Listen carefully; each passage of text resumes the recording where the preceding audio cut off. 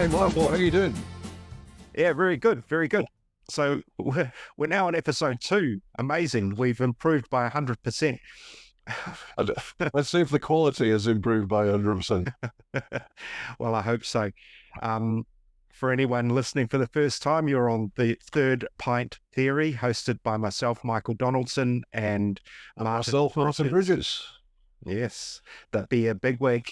And yeah, today, a really interesting episode.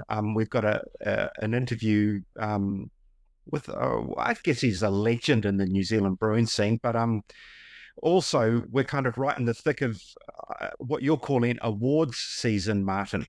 Yeah, I was thinking that, you have the Oscars and the Tonys and the Emmys and all that. They all seem to be kind of stuck together. And in the New Zealand beer scene, it feels very much the same. We recently had the Australian beer awards and a number of New Zealand breweries participate in those, and some big winners. Altitude brewing it from Queenstown did amazingly well in that. Yeah, champion small international brewery and a trophy in, I think it was the pale ale category, international pale ale, with their Sled Dog Hazy, which is amazing for a core range beer like that, which is a big seller in their tap room, especially to win it's a huge international beer competition. So yeah, massive for Altitude. Yeah, and that's kind of kicked things off, and we've got a bunch of kind of smaller awards things coming up. There's the Smiths New Zealand IPA Challenge down in Queenstown. Yeah, towards the end of June, I think. And then in July will be the Malthouse West Coast IPA challenge, which is a kind of a fixture of the craft beer calendar. You've been judging the New Zealand the New World Awards. Yeah. The also in June. Depending when this gets published, people, we've got the Aotearoa Stout Challenge down in Christchurch. Yep. And we've been judging the New World Beer Insider Awards, and that is due for release on the Monday after Beervana. So that's going to be right in the thick of it. And early August, we have the New Zealand Beer Awards. So yeah, it's hosted by the Brewers Guild of New Zealand. So it's like, yeah, it is a massive period where there's going to be a lot of talk about winners. Yeah, and I think everyone will have it interesting as to what does that mean for a brewery? Some breweries take those awards ceremonies, competitions very seriously, and I know others don't. Obviously, you're closely involved in the New World Awards, Michael. What sort of impact do you think it has for some of those guys who get in the top 30 or whatever? Oh yeah, it's top 25 this year, which is interesting. All right, not a bad decision. 30 was a lot to promote. A lot depends on your size. I think if you're Garage Project, Panhead, Emerson's, I'm trying to think of the bigger Parrot Dog. They have quite a big supermarket presence already, but yet I know that they love getting in there and getting that just a dedicated promotion for a month. But where it makes a huge difference is to a smaller brewery. And 3 years ago, when Lakeman won champion beer with their Primate Pilsner, I just think that sort of thing changes their world. They suddenly have a national presence, and you get a lot of people going, really? I've had that beer, it wasn't so great. But I think it's a beautiful beer. I love it. I agree. I agree. It's a classic of the kind of New Zealand Pilsner. Yeah. And they backed that up the following year with Top 30 again with the same beer. And I'm thinking, a couple of years ago, Martinborough Brewing was one that put themselves on the national stage, or Ruapehu Brewing. And what it tells me in many ways is that there is amazing beer getting brewed all over the country. And sometimes, you go on to Untapped and you see people's ratings of things, and a lot of it's just based on, I don't know. I don't know what people's criteria is for what something is good, but if it's a lager or a pilsner, it just doesn't get a score. If it's a hazy double IPA, it starts at 4 and works its way up.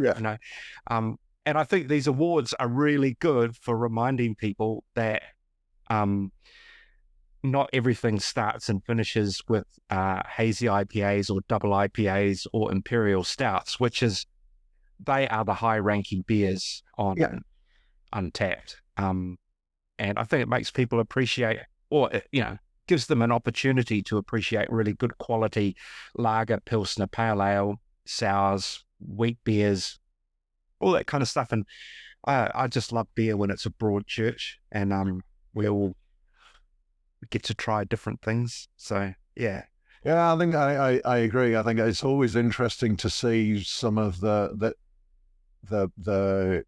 recognition that some of the less well known breweries get.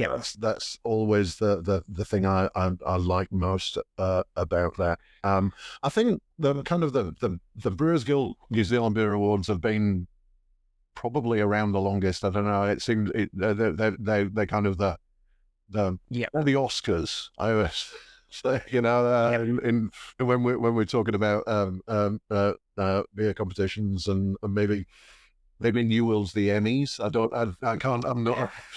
I'm not sure what my metaphor is here, but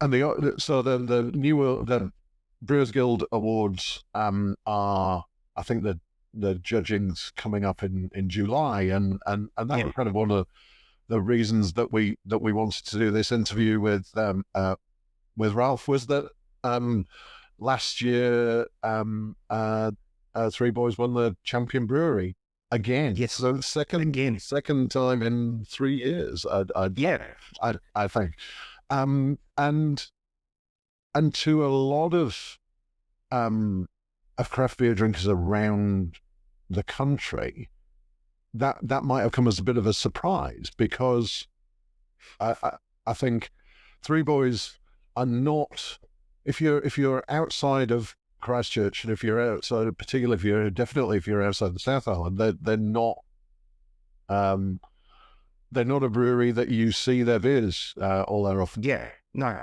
I agree, and but that doesn't mean it's not great. No.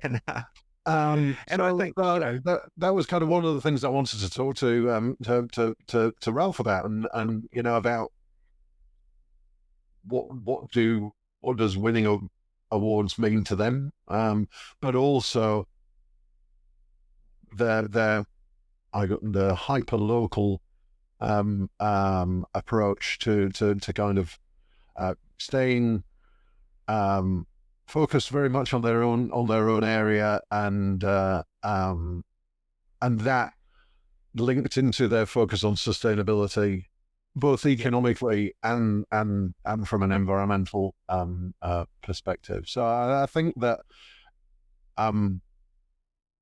it was a great interview. I really enjoyed doing it. Unfortunately, I didn't manage to get down to Christchurch to sit there with Ralph. It would have been that would have been awesome. But we sat down and we chatted, and we could have chatted for hours. So I know I spoke to him. I spoke to him a little bit after that in relation to another story, and I said, I heard your chat with Martin went really well, and he said I could have spoken for another hour. So, but we decided to try and keep these episodes a bit shorter and sharper. So probably without further ado, we'll just go across to this interview and let Ralph speak for himself. We'll catch you on the other side. Here we go. Welcome to the Third Pint Theory. I'm Martin Bridges, and with me tonight we have Ralph Bungard from Three Boys Brewery. Excellent. That's who I was expecting. So that's that's a bonus. Welcome, Ralph. It's been a while since we had a natter, so I think it's been quite a while, in fact. But it'll be good to catch up. So anyway, for the people listening, watching this who might not know who Three Boys are, can you give us the kind of the 2-minute intro to Three Boys Brewery? Well, Three Boys Brewery is an Otatahi or Christchurch brewery. They've been around since 2004, I think, the late 2004. So this is our 21st year in the business. I know, and that makes us sort of one of the old new wave, if you put it that way, and probably one of the few remaining independent way brewers of that time. Right? So your 21 years in brewing's been a long time. We started out as you could in those days as a tiny brewery, the old story of starting out in your garage, blah blah. With everybody has that story on their websites these days. It probably was true in that time because we had the luxury of there being a tiny craft beer market in New Zealand. There was, we could have counted all the number of breweries in New Zealand at that time, probably under 20, under 30 at least, and that's taking in everybody at that stage. So probably more about 20, and so we were a rarity, and we did have the luxury of that slow start to business, which was good, because the market was so small, and bursting in boots and all and producing 1 million litres of craft beer in a year would have just not happened. So it kind of fits the old narrative of the garage, and then the slightly larger garage, and then the first real brewery, and then piecing together old bits of dairy plant and all of those things that we romanticize about starting breweries, I guess, and that was sort of the romantic era of doing that in a way. Yeah, and I think it's quite different then to where it is now. And I remember I arrived in New Zealand in 2007, and at that stage, there was very little still at that point. I guess the initial growth probably in the market was pretty slow. Yeah. But I remember drinking Three Boys IPA in the malt house in Wellington on Courtney Place as is a real kind of distinct early days. Well, they serve you underage in that time, Mark. Oh, yes, indeed. The beer keeps us looking young, I think. But one of the thing that prompted me to want to talk to you about a few things, but we're recording this in kind of late May, and I think entries have just opened for this year's Brewers Guild of New Zealand awards. Yes, the judging will be in a couple of months' time. And last year, Three Boys took out the overall champion brewery, which was awesome. And not for the first time, I believe. No.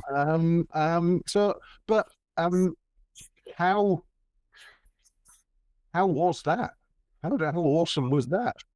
It was very awesome because it was our second time in 3 years, and we've come very close before, and I think part of part of us not being champion brewery, probably way back in the early days of the beer awards, prompted a lot of changes to how the awards worked. And I remember that distinctly because Three Boys had a year where we did very well. We got goals here and there, and the countback, I think it ended up going to, I remember it was DB or Lion. I think it was DB in that time, and it was like the countback. You got 4 golds, you got 3 silvers, you got so many bronzes, and then we missed out on about the 9th medal back where we got a bronze, and Lion or DB had got it with a silver. I can't remember what one it was. So there's a bit of that was a sort of watershed for the beer awards in a way, because everybody wanted someone else to win it rather than one of the big breweries. Yeah. And it was the first year they actually announced like the runner-up, and it was simply because the Three Boys was a runner-up. So it wasn't DB followed by Lion rather than Lion followed by DB. Kind of every other year. So I remember a massive cheer around that, and we're so proud of that. But it did mean that some of the over time, of course, of the Brewers Guild, then they sort of changed that champion brewery thing. So because obviously you get massive breweries who can enter 100 beers, and smaller breweries who might enter 10 beers or 4 beers or less. And so there's the development of the algorithm sort of started for champion brewery, which for us has worked well in the last couple of years, because it's that thing of having you have to have good beers. And I often say to people at the brewery when people start getting a little bit het up and stressed about it, I say, look, good beers can miss out on awards, and bad beers will never get awards. And that's the way you got to remember it. So sometimes you put something in and you think it's the best example of what you've made, and it pops out the other end with no awards. But if you put something in that's not right, the judges are just going to find it's not right. And so that's the nice thing about it. It filters out the shit beers really quickly. And in some ways, I think Three Boys it's been our mantra over a lot of time. It's about quality and consistency, which is the hardest thing for craft brewers. And the smaller you are, the harder it gets. And we've tried really hard at that. Now we've just got, after 21 years, we've got quite good at it. We've got good at it because we have to compete with amazing breweries in New Zealand and amazing beers, and public that are much more critical than they've ever been for craft beer. So you can't, particularly in that that expensive end of the market where we sort of sit, you can't sit there with a average beer, because you just alienate your punters, and then you have to reinvent yourself again. And so you're winning last year. It always comes as, well, we've done it twice, so I can't say it always comes as a surprise. It comes as a surprise because it's you just don't know on the night. There's so many good breweries getting good awards and doing amazing things, and so it's an incredibly pleasant surprise when it happens, and you're just sort of grateful that you've selected the good beers that have gone in. And the judges are obviously the best judges I've ever had if we've won it. And I think the key thing that you meant, that you touched on to me, that always come to me, is that those champion brewery awards are about consistency to me, because you couldn't get lucky and enter like 3 beers that all are awesome, but if you then to win the big prizes, you need to be consistent across everything you're entering. I think, and that to me is a real testament to what you've built over 21 years at Three Boys. Is that consistent? It's like there are no weaknesses in the portfolio. To be able to win, I think is key. Yeah. Oh, thank you. And it's kind of good in a way as well, because you can that thing where you have to win across different categories is a real challenge, because you can. We can all think of examples of breweries that can do amazing things in certain categories, like, for example, the big breweries like Lion amongst lagers, for example, or or smaller breweries with barrel aged stuff, just pumping out this amazing things. But yeah, to fit across a whole lot of categories is a challenge, and it's an exciting one because it just brings a bit of vibrancy to the brewery as well. When 1 minute you're brewing it, you're trying to fit a British ale style, next minute a European lager on, and then you've got something that you've got ticking along in a barrels or sours or things like that. For us, you have to have that range in portfolio, and that's sort of what's kept us interesting to the public over the years. But funny enough, superimposed on that, you need those beers that are go-to beers, and you'll know that too, Martin. When sometimes if you go into a bar, beer is the equivalent of comfort food, isn't it? You just want something that you want the familiarity, and you don't want to be frightened by it, and you want to get to the end of that pint, and in some ways not even notice that you've drunk it, and that's the beauty of sometimes a really good beer, and you just think, oh bugger, I've finished that, and I just need one more of those. And to have those beers in your portfolio is certainly key to the 21 years, not to the beer awards, but it's key to the 21 years of survival, I think. So is kind of brewing for or entering awards, is that kind of a driver for you? Is it something that you focus on, or is it's like, oh, the awards are coming round, we'd better make, what have we got? Is it a conscious? It's a bit of both. We think about it because about this time of year we think, shit, what have we got? Anything that's we can enter in the awards? And your beers, you're always really critical of your beers. So whenever something comes through, because we're small, you've still got those.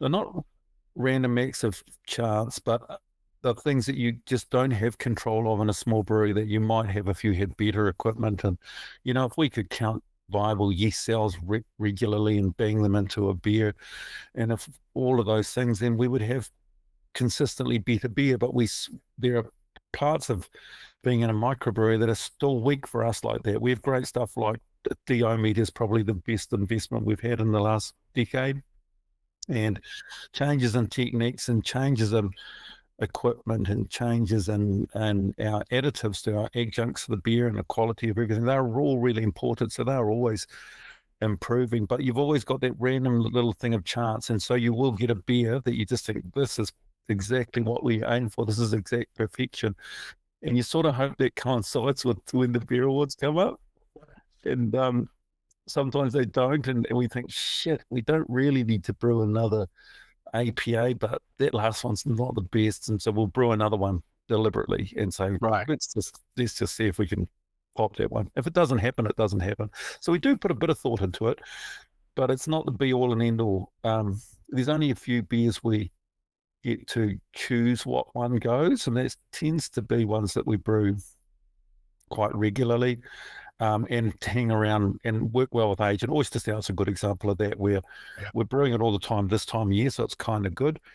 And some beers like that one, it gets 4 months old, and unlike many beers, it's better beer when it's 4 months old than it is when it first comes out of the fermenter. So we're always beer in a bit, because certainly that's something I want to talk about. But what's so you winning the awards is also, has it had any impact on the brewery? And does it help with sales? Does it get interest? Not really. It's a great, not for us, I should say. It's a great thing for us. Having said that, it is a really good thing for us because it is, it's really important to our industry, and recognition within our industry is really important. If people know that you've done a good job and are happy for you, that's really good. In terms of sales, we have some funny things happen, which we sometimes talk about at the brewery. We do get a little blip in a little peak in sales if we do well in the awards, for example, but they're generally very fleeting, and they're just people that like to, I don't know what it is, what's the right word without upsetting people. A good example might be for our front of house We have quite and we're in Woolston, so it's a relatively, rougher part of Christchurch in a way, up and coming part of Christchurch, but it's kind of funky and groovy and diverse, more diverse than other parts of the other suburbs, richer suburbs. And when we won last year, sorry, we had a little influx of unfamiliar faces coming into our front of house and on a Friday night and sitting down for a beer, and it was just like, these people are not going to come back next week. There was read it in the newspaper or it was in the newspaper, like, down the road. Yeah, and they were sort of, bringing their kids in and they're asking for wines and all sorts of things, and you're going, well, we do have a wine, but it's red or white. Which one do you prefer?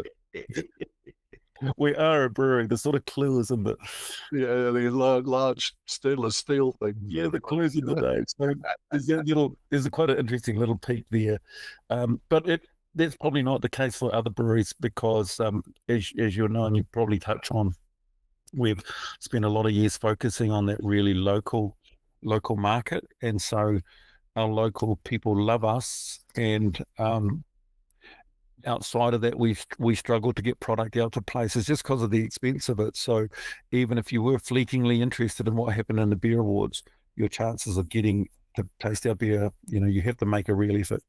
Yeah, and that's I think I remember talking to people after the awards announcement last year up here in Auckland, and amongst people who'd kind of been around a while in the beer scene, everybody was super excited. Everybody's like, oh yeah, love Three Boys. They're one of the OGs kind of thing, and everybody was really excited about it. And then you talk to kind of the younger, kind of the newer craft beer drinkers, they're like, we never see any of their beers. How did that happen? And it is that, that hyper local focus that you've had for some time. Do you want to kind of talk about that for all? Why did you decide to concentrate locally, and how do you make that work? Yeah, it's a tricky one. It's not tricky. It's an interesting sort of angle because, and I think it happens in all business, but particularly in brewing, where there's a lot of pressure from lots of people saying, you've got to get bigger. Oh, when are you expanding? When are you going to do this? Why can't I get your beer in Auckland? Are you going to export to Australia? Are you going to blah, blah, blah? And we sort of touched on that, in our early days. We tried to do some of that stuff, but I think if you are being genuinely looking at how a small family-owned brewery can operate, it just doesn't work for us. You can't get the margins. When you're talking about sending a keg of beer to Auckland, you're talking about, I don't know, at the cheapest rate, $30 or $40 to get it there, and another $20 to get your keg back, or rent a keg, whatever option you're going. So you're looking at $50 or $70 difference in price for a keg of beer in Auckland of Three Boys compared with Christchurch. And the nice thing about breweries is they are incredibly parochial. So you go to Auckland, and people, regardless of whether they've known Three Boys for a long time, a lot of people are still really parochial about their beer, so they'll pick a local brewery because of the profile. Likewise, if you go to Dunedin, that's been a parochial brewery town for years. And Christchurch, in a way, we are the same. Wellington is another good example of the parochialism. And so you've got two things going on. You've got this really expensive product because you had to bang $70 on a keg. And then you've got people saying, well, wow, that's a bit expensive, isn't it? And it's not local, so it's kind of like, it's really hard. So if you cut your price and just be a standard beer so the bars want to buy you, then basically for us, we would be losing money. And that's some breweries will do that, but I think you've got another overlying thing with breweries. And again, without without trying to upset people, is you have to bust through that ego thing, because there's nothing better for your ego as a business owner than seeing your beer being sold or drunk somewhere. But you've got to put that aside and think whether someone drinking that beer in Auckland, for example, is actually costing you money, and is that worth it for your massaged ego? And sometimes it's not, you got to think, no, it's not. So despite that, and overcoming that pressure of people saying, why aren't you in Auckland? Why can't you supply this? Why can't you do that? You simply tell them the reason. You say it's too expensive, and you won't buy it when it's there because it will be too expensive. And we're not willing to discount, because if we do, we won't be around in 20 years' time. We'll be. That sustainability thing, I think, is key. And it's a lot of, and I think with the thing you said at the start as well, that this growth at all costs is a mantra that's kind of pushed into people. And I think that kind of knowing how big you want to be and making that work. And if you can sell everything that you produce in the local area, then why wouldn't you? It's like pushing for that small margin is hard. And I think for us too, thinking about it in the sense of New Zealand is an incredibly small market. We've got we've got 5 million people, and how many of them are over the age of 18? I don't know. I'm guessing. I'm making up a number, but let's say 3 million. And then how many of those are beer drinkers? And let's half that. So you're down to 1.5 million people. And then how many of those are craft beer drinkers? And you go, well, let's quarter that. Well, You're down to hundreds of thousands, a small hundreds of thousands of customers in New Zealand, not millions. When you've got 200 breweries fighting over 200,000 customers, it's 1,000 customers each. And so getting through that model where you say, well, we've produced 1,000 litres of beer, we've made this much money, therefore, if we produce 2,000 litres of beer, we'll make twice as much money. Because of that restriction of the market size, that blows apart. And so people forget that too as well, I think. So that expansion model looks great on paper when you take it to the bank or take it to your shareholders or take it to the crowdfunders, but it doesn't work. It just doesn't work because there's nowhere to sell it. And so you end up with breweries thinking, well, let's look at Australia then, or let's look at exporting to China, or let's export whatever. And that's that brings in another part of our reasoning for staying local is just environmentally, that's just bullshit, and even us sending beer to Auckland is bullshit, pretty much, because we're shipping 95% water to a place that has good breweries. Yeah. Even with a strong brand. So you're turning from a brewery into a branding company, which most breweries largely are. But that's part of our conscious decision to stay local is for environmental reasons as well. It's unsustainable to package product, send it to somewhere who already has that product, and it's especially since kind of the long distance freight in this country is kind of primarily either air or road, neither of which are particularly environmentally sustainable. That is totally understandable. It always makes me sad because I love your beers and I wish I got to drink them more often. But and I know that I can go to for me here in Auckland, I can go to Little End, Forest Hill. Shout out to Susie at Forest Hill. She will always have a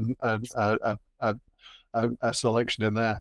Or I do what I occasionally do is get a mixed case shipped up and spend a couple of happy weeks working my way through whatever excitement has been coming out of the brewery. But and I think that's fine. That kind of scale is fine, but to try and supply on a supermarket scale over that distance, you know, kegs taps into a bar on that scale all the time, you know, you can't sustain it because people will not pay for something that's always in their face and always there. They won't pay that premium for it. No, and I think in general, the industry is struggling with costs. Definitely. Anyway, you know, I think I walked into a bar in Auckland the other week and ordered a beer. I won't say where the bar was because that'll get me in trouble. But I will say what the beer was because it was a Liberty Knife Party, which is an old favourite, excellent West Coast IPA, and they handed me my 400ml pint and said it'll be $17, and I very nearly keeled over backwards at that point. But that's becoming not unusual, and it's hard, and people haven't got. I don't have the money to go out and buy $5 or $6, $17 pints, and more than kind of once a month. Well, so, and that's and that is, you know, that is true, and it's driven by tax, you know, and I don't want to be the one banging on about excise tax, but you're talking $1, you know, if we talk stubbies, you know, one standard drink size drink, you're talking for us for a 5% beer, 98 cents of that 330ml serving is tax. It's excise tax or GST. If it was $2, it's excise tax and GST, and I think that's something that is one of my big bugbears, is that we have. I don't mind excise tax. I think it's fine, but the issue with it is it's this massive stupid hammer that hammers down on our industry, and it has zero impact on the people it should be having an impact on, and that is largely the multinational supermarkets. It's not the multinational brewers combined. If I can go into Pack and Save or New World or Down or whatever it is and buy 12 bottles of stubbies for $24 at $2 a unit at 4.5% alcohol, and you're talking 80 cents on each of those units is just tax. It's bullshit, the fact that excise tax is having any effect on that pricing, you know, and those multinationals are basically using it as a giveaway lollipop for anybody who comes into their business and buys something. If it was tobacco, for example, and you come in and said, we're discounting cigarettes to $2 a packet today at Pack and Save, there would be an absolute uproar. And if we had a craft tobacco industry, which some countries do have, believe it or not, it would destroy them, you know. And yet it wouldn't impact on those supermarkets because that's their free lollipop when you come in the door. And so the government and us as people, we need to do something about that. We need to recognise that our alcohol problem, if we have one in New Zealand, is driven by those supermarkets who are dumbing down the industry and killing the product for people who really enjoy it. So when you go for a beer mart in Auckland and you think, I want a knife party pint, and it ends up to be 400 mils of beer, it costs you $17. You're just getting slammed by the fact that these places are just have that taxes had no impact on them. So the government keeps ramping it up. Social pressure keeps ramping up that tax, and the only people it's killing is the people who really like a good pint of beer and put ingredients, pay their staff, pay the real value of a bottle, pay the real value of transport, get it sold at a real value to give them a return. And that when all those things disappear with those multinationals, we need to do something about that. Yeah, I think so. I think that, we could probably spend all night talking about kind of the structural taxation issues around the industry, and I know that in the recent Australian election, it was an election issue. You know, they were talking about that. So, but maybe that there's a whole other episode to get into the tech stuff. But it kind of is a bit of a segue into like the industries, the craft brewing industry in New Zealand, or and hospitality around it. They're struggling at the minute. You know, like I don't think you could talk to any brewer, bar owner, whatever, and say, "Are you having a good time? Are you enjoy?" It's like I think you would really struggle to find anybody who was doing great. There are some that are doing okay. There are some that are kind of hanging on by the fingernails, and but that's it. And you recently, I know, we're caught up in some of that with your with the hop and vine distributor going under. What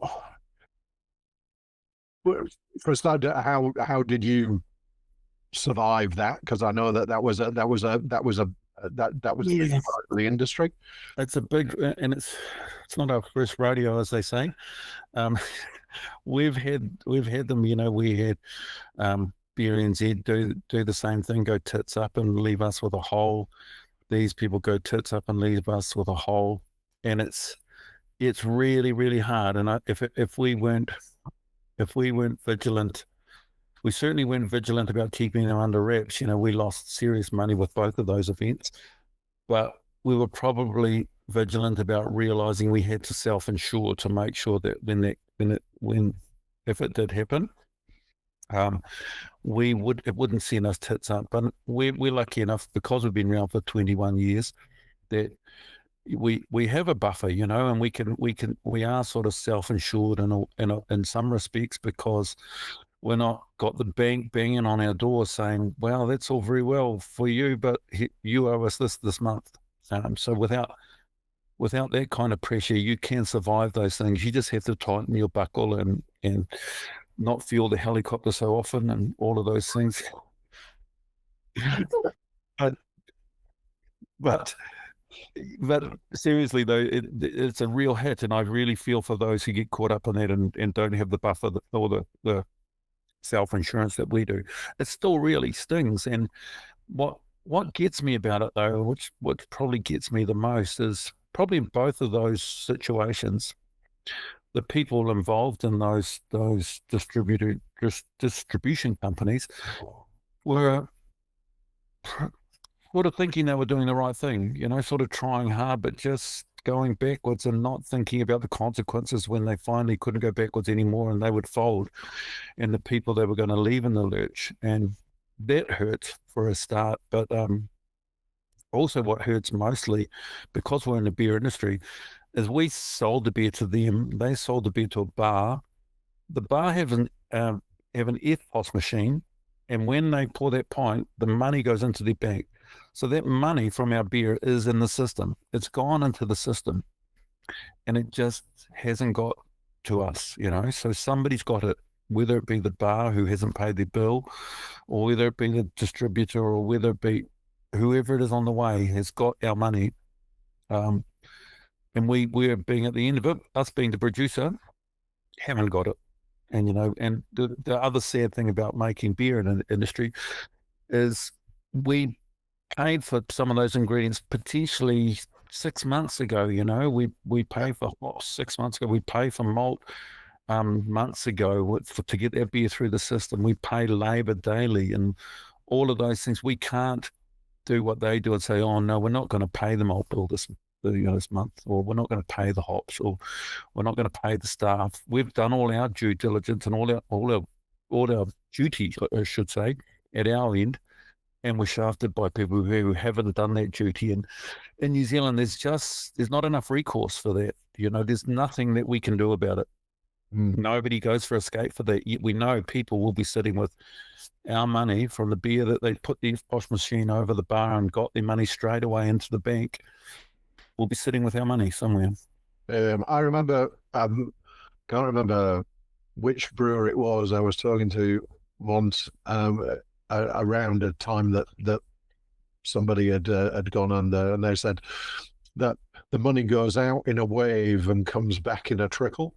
It's like you spend a lot, you pay the malt bill, you kind of do all the expensive stuff, and then the beer goes out, and then slowly over the next kind of 3 months or wherever, that batch, the money for that comes trickling back in, and it's hard, especially and I think I remember at the time that Deep Creek Brewing went under last year, the year before, that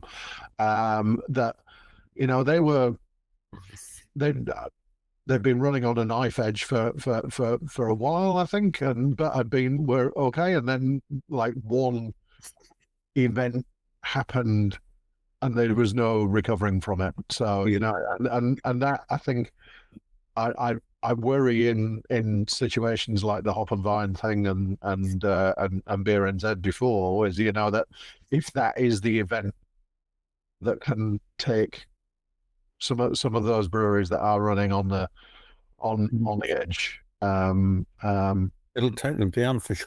I just think on that, Martin, I think about where that money is. The crazy thing about it, when we just touched on tax, is a large component of what we lost and we lose in those events is tax. So even the government's getting each year from us that we're not getting anything. So it's going, fucking hell, at least give us that bit back, because we never got that money. We never got that excise tax back through where it was supposed to come.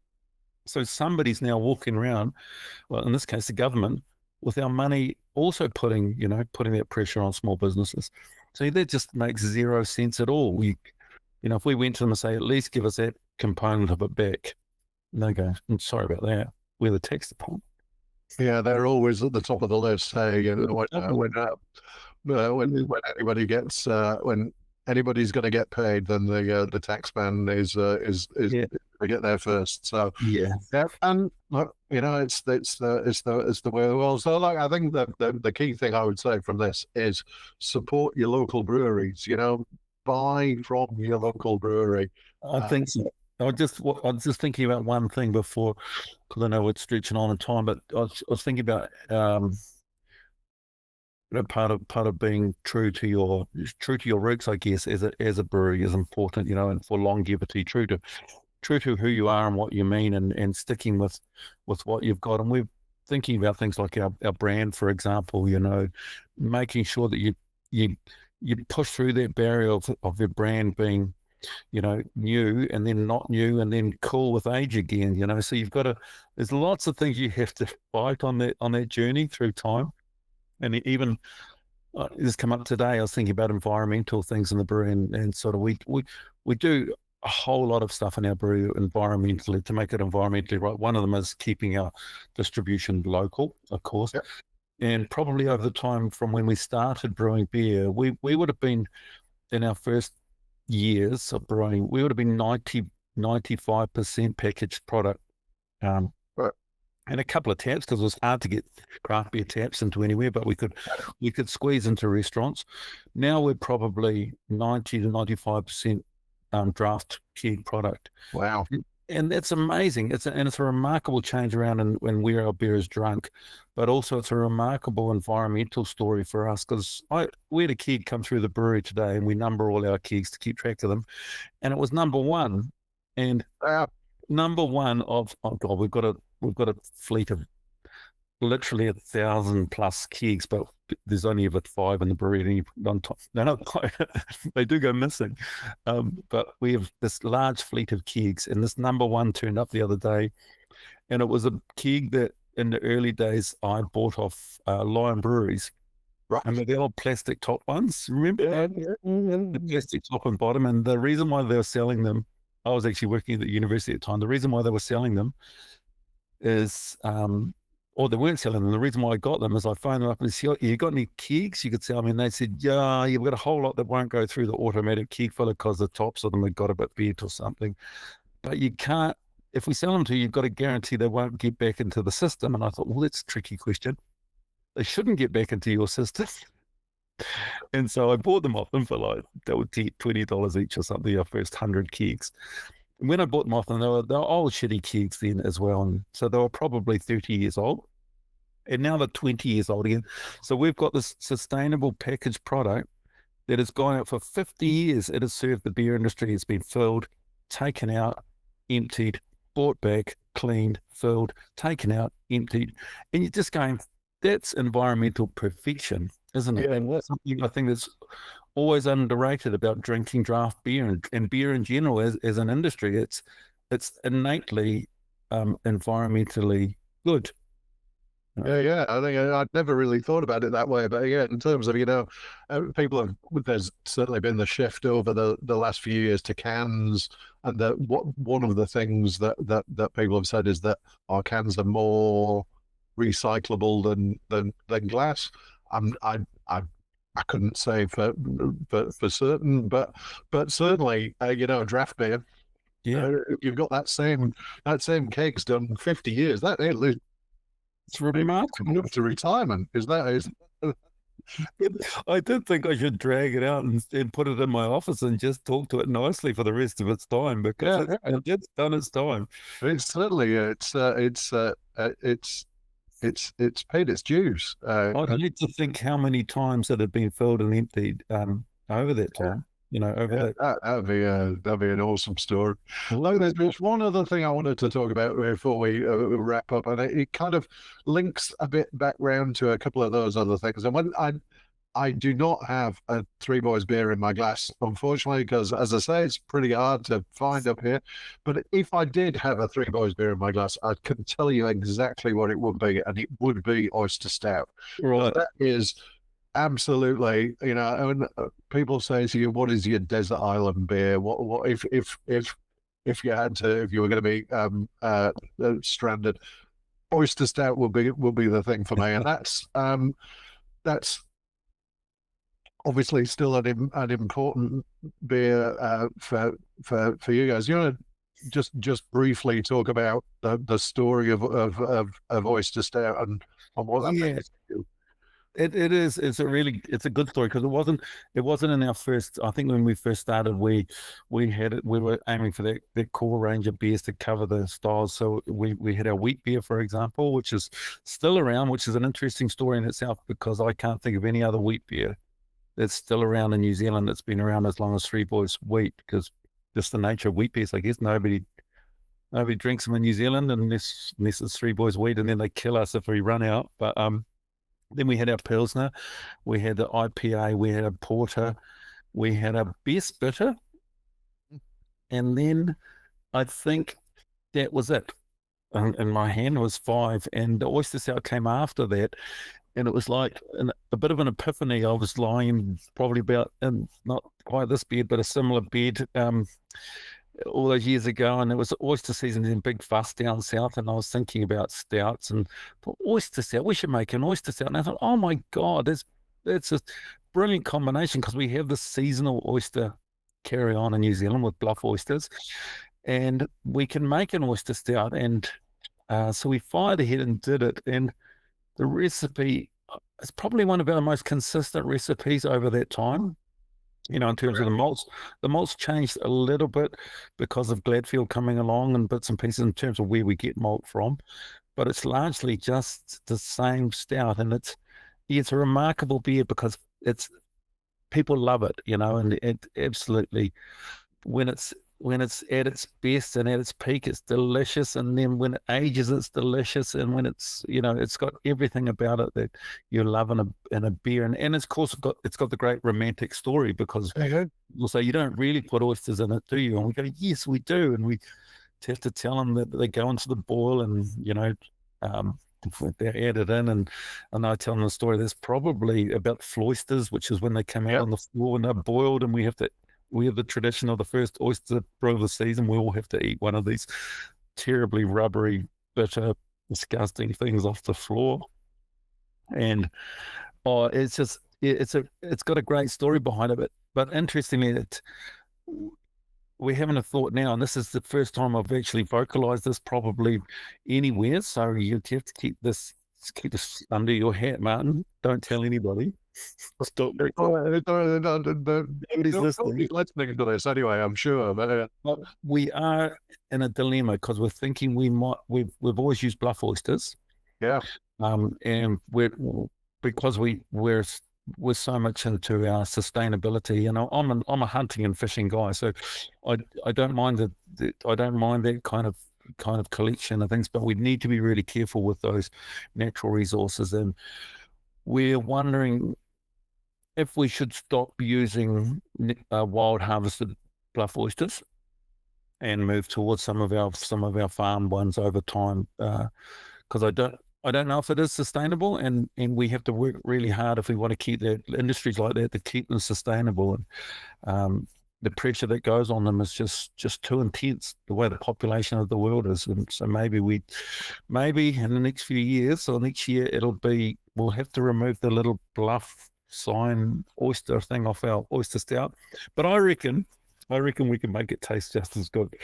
I reckon it was the reason. One of the reasons I wanted to talk about that was kind of tying back into that sustainability thing, because I knew that you use bluff oysters, and then particularly this year there has been a real focus.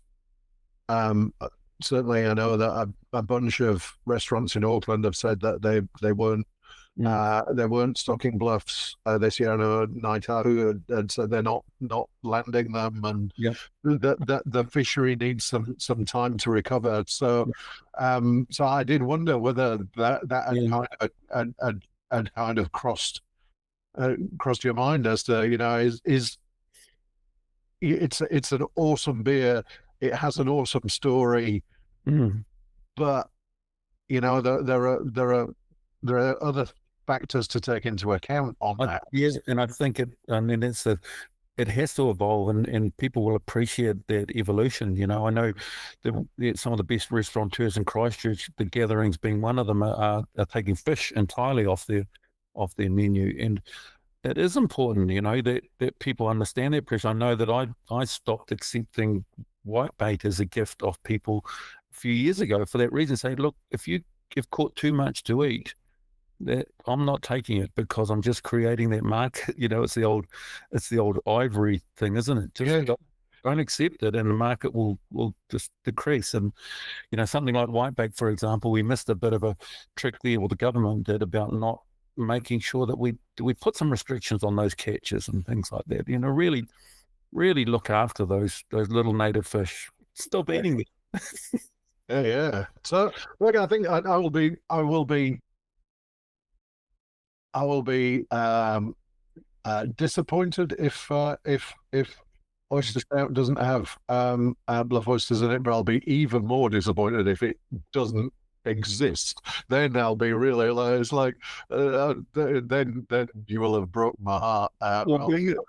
Being sort of from a science background, I like the idea of it, because it's a nice little experiment coming where we can have an old bottle of the one with bluff oysters, and we can have Pacific oysters or farmed oysters in one of them, and I'll have to get you in for a test. Oh, I'm up for that anytime. Absolutely.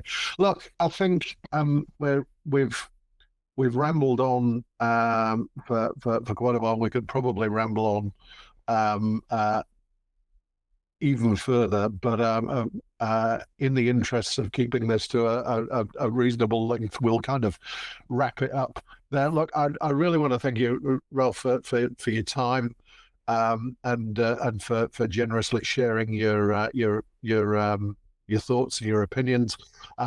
This has been an awesome chat, and I'm sure it will make an excellent episode for people. I will cut the recording there, and then thank you very much. Thank you, Martin. How about that? I think that was such a great conversation. Ralph is an absolute legend. He is. Yep. And he certainly has some opinions. and he doesn't mind sharing them, which I think is awesome. I think that, you know, I'd forgotten quite how long Three Boys have been around. I really didn't. For 2004, 21 years is, and to be still going, and some of those original beers still part of the core lineup. So I think that was great. Yeah, I think just to finish off on that note, 21 years, and in some ways, I think while they have restricted their range in terms of their geographical footprint, they have become stronger as a result of it. And I think that's really cool. I agree. I think I'm always sad that I can't get. I don't see as many of their beers as I would like to, but I am very happy that they have taken that approach and that it works for them. That I would rather them be successful and continuing and be focused on their local area. I think that's fine. I also found the stuff about Oyster Stout really interesting, because I mean no effort to conceal the fact that is one of my favourite beers of all time. And I did wonder this year when they were starting, when there was kind of a lot of talk of restrictions on bluff oysters, that what that would do. But it's interesting to hear that, you know, they are talking about trialing farmed oysters. So I hope that Ralph does take me up on the opportunity to come down and do a side by side tasting on those. I will definitely travel to Christchurch for that. I'll tell you, on the notion of oysters, crustaceans, bivalves, but anyway, the ocean related stouts, I have in my fridge something that Richard Emerson gave me. And it's an Emerson's Clam Stout from, I think, 2012.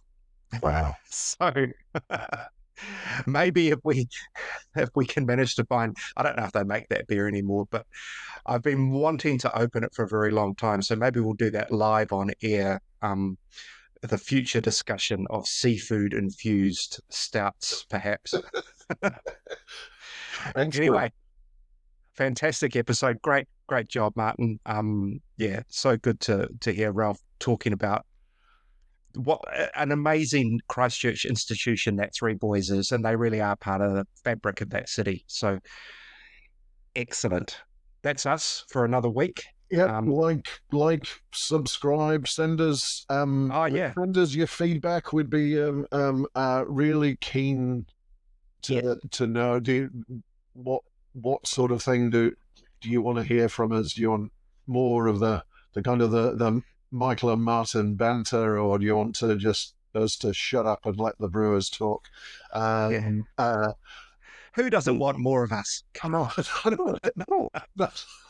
Surely, but do let us know. Turned off as soon as the interview started. So. Yeah, beautiful. All right, that's us for another week.